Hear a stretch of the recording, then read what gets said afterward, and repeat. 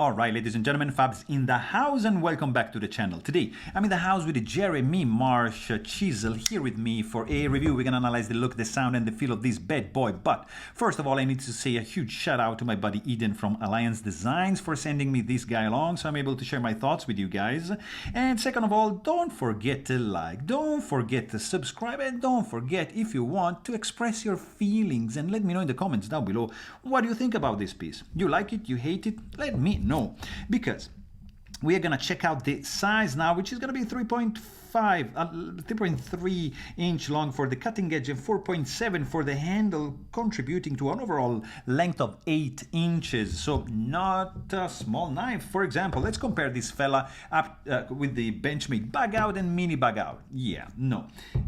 Maybe the Spyderco Paramilitary 2 can do something to make this guy look small. In fact, it does, and that's the Paramilitary 3, also from Spyderco. So you get to see where this guy, probably like that, is standing. So right in between these two offerings from Spyderco, and here you get to see the large Incosi from Chris Reeve Knives and the small Sebenza 21, also Chris Reeve Knives, and we are pretty much in the realm, no, in between. So it's always a good thing to be in between things. Like here, for example, you get to see Holt Bladeworks Haptic and Holt Bladeworks Spectre, and we are pretty much in the Spectre realm. Look at this picture. Nice, right? These are CNC, this is custom, so different styles and manufacturing process, but still we get to see a couple of Chirurgov Custom Division. You get the F5 Silk and the Neon NL to attest that this guy is a little bit, it's kind of like pretty much in the same realm of the Neon, a tiny bit bigger than that, but definitely smaller than the F5. So here we get to see this custom from Jeremy Marsh. This is the Chisel, and it is a quirky one. It's unique. The design is very, very distinctive. You cannot mistake this guy for any other knife. It is a liner lock with copper scales with a shipwreck finish. I don't know if that's the correct term for this finish. Let me know in the comments down below, guys, because I'm making a lot of mistakes. I'm no expert here. I'm just like a random guy doing blabbering about knives. So I think this is a pretty cool finish for these copper scales and backspacer, contributing of course to increase the weight of this piece. You then have titanium liners, nicely chamfered, blue anodized, not skeletonized. And now you see me failing to deploy this thumb stud liner lock. Right on the backspacer, you see Jeremy Marsh and the date February 2019 to attest when he made this fella right over there. Unique design, guys. You don't see another knife like that. I really appreciate this finger groove going on over here. Very nice and comfy. I like the milling that is going on the scales. It's nice, guys. I cannot say otherwise. Really appreciate this finger groove over here. Oh, it's a pleasure. It's very good. Too bad there's no jimping going on this part, but yeah, that's another story. Of course, this is a thumb stud only deployment. You can do like 2 fingers. You can do like a thumb deployment like that. Maybe I can pull it off. No, maybe I can do, yeah, like that. Spidey flick kind of affair to deploy the blade. It's a fun one. It's not a flipper. It has I'm not sure if the pivot is captive. I don't believe so. I'm not gonna do any disassembly video for this guy because it's not mine, and I'm not gonna do any maintenance, so sorry about that. But it should be pretty straightforward to disassemble. Remove the screws for the scales, the pivot. You get probably 1 or 2 screws going through the backspacer to hold on the liners together, and job is done. The pivot screw is sticking out a little bit, not too in an obtrusive way, but just like it's rounded off, domed, so that's good, but not flush as they are the screws for the scales. Also, you do get a ceramic detent ball there with a detent ball ramp. So you don't have any hard step coming up, so that's pretty good.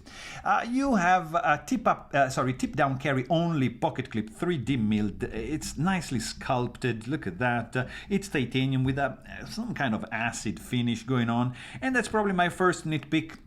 The second nitpick comes from this fact over here, like backspacer sticking out, and then you have the blade perfectly centered, but you kind of are able to snag with your finger, with nail, like the tip of the blade. It's not like dangerous or anything, but still, if I'm able to do this, I shouldn't be able to do that, especially in a tip down carry only pocket clip knife. So that's my two nitpicks for this fella, because everything else I love. Like, for example, guys, what is going on this blade?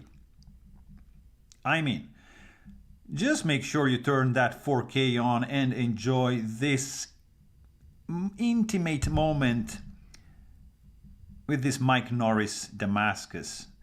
And also, let's just check it out, the finish on this copper scale and backspacer. It's just ridiculous, guys. It's really, really cool. This blade is great. I mean, I'm just missing some jimping over here. Nice wedging going on. I think these are Zirk thumb stud. A little bit on the sharp side, but look at the spine. Look at the details on this Damascus. It's ridiculous. Beautifully swedged up to the tip. Full belly up to the sharpening choil, which is not really a finger choil. Hollow grind. There's no markings on the blade on each side. I love that. You do have just a nice blade shape. I love this jimping, this swedging going on. Too bad there's no jimping right there. The sound, it's also very cool. When you deploy it, very nice and snappy. That's pretty cool. When you close it, almost inaudible. Very, very good. What it's not probably 100%, my favorite thing is the weight, because of course copper scales and backspacer are gonna contribute to get this knife up to 4.86 ounces, so not like a lightweight by any means, but in the hand feels good. I have to say, I love this finger groove. The clip is sculpted in a way so that, look at that, it just it doesn't bother me. It bothers me because it's like tip down, but not from the ergo's point of view. And it's yeah, you see, it's working well. Even this part, which is pointy, it's sticking out from my hand, so it's not gonna bother me. So great ergos, no hot spots, no sharp edges. Also, like reverse grip, it's gonna work. You can, I mean, like here, yeah, you see a little bit pointy, but still it works. So that's good. You can do a lot of things with this knife. It's because in the hand it's gonna feel nicely. The scales are rounded off, fit and finish is spot on, very, very well put together. Just like this, just a little bit shorter. Just ground the blade a little bit shorter and we're gonna be in business. And probably this guy, I can see, like here, I can see being here. So that would be different. I would like it a little bit more. Of course, well put together, nothing is rattling, nothing is shaking. It's rock solid, guys. This is a classy knife with a unique design which is solid. It's very well put together. I can say that for sure. The action also is good, like deployment, yes.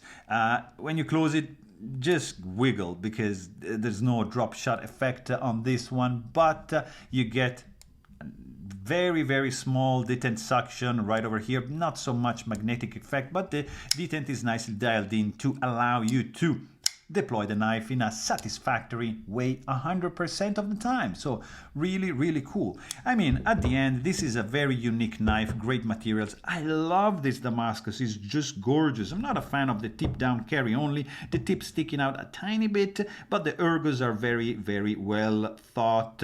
Overall, it's a fantastic knife. Very expensive, but still very cool. So there you have it. Hope you guys enjoyed this video, and thanks for watching. Stay tuned.